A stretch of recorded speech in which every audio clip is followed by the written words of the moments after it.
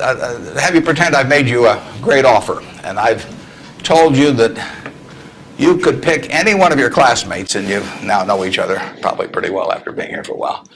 You could pick, you'd have 24 hours to think it over, and you can pick any one of your classmates, and you get 10% of their earnings for the rest of their lives. And I ask you, what goes through your mind in determining which one of those you would pick? You can't pick the one with the richest father. That doesn't count. I mean, you've got to do this on merit. But you probably wouldn't pick the person that gets the highest grades in the class. I mean, there's nothing wrong with getting the highest grades in the class, but that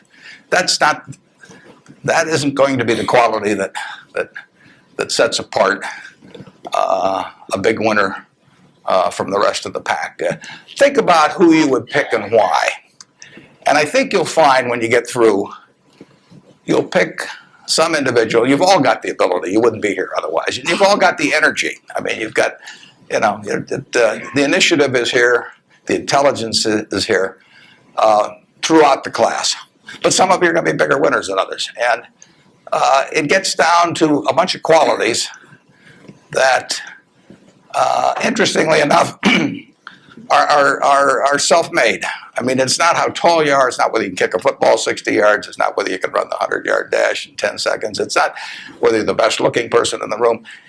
It's a whole bunch of qualities that really come out of Ben Franklin or the Boy Scout code or whatever it may be. I mean, it's integrity, it's honesty, it's generosity, it's being willing to do more than your share. It's just all those qualities that are self-selected.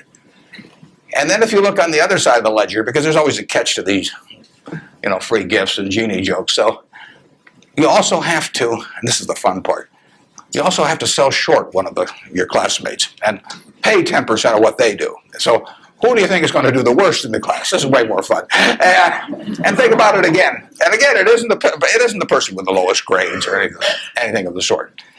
It's the person who just doesn't shape up in the character department. I mean, we look for three things when we hire people. We look for intelligence, we look for initiative or energy, and we look for integrity. And if they don't have the latter, the first two will kill you. Because if you're going to get somebody without integrity, you want them lazy and dumb. I mean, you don't want them smart and energetic. So it's that third quality, but everything about that quality is your choice. You can't change the way you were wired much, but you can change a lot of what you do with that wiring. And it's the habits that you generate now on those qualities, or those negative qualities. I mean, the person who always, claims credit for things they didn't do, that always cuts corners, that you can't count on. I mean, in the end, those are habit patterns. And the time to form the right habits is when you're your age. I mean, it doesn't do me much good to get golf lessons now. If I'd gotten golf lessons when I was your age, I might be a decent golfer. But someone once said the chains of habit are too light to be felt until they're too heavy to be broken. And I see that all the time. I see people with habit patterns that are self-destructive when they're 50 or 60, and they really can't change them. They're imprisoned by that. But you're not imprisoned by anything. So when you write down the qualities of that person that you'd like to buy 10% of, look at that list and ask yourself, is there anything on that list I couldn't do? And the answer is there won't be.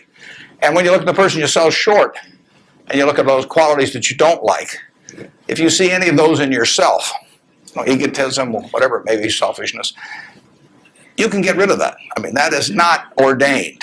And if you follow that, and Ben Franklin did this, and my old boss Ben Graham did this at early ages in their young teens. Ben Graham looked around and he said, who do I admire? And he wanted to be admired himself, and he said, why do I admire these other people?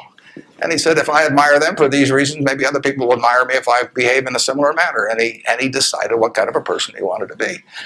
And if you follow that, at the end, you'll be the person you want to buy 10% of. I mean, that's the goal in the end. And it's something that's achievable by everybody in this room. So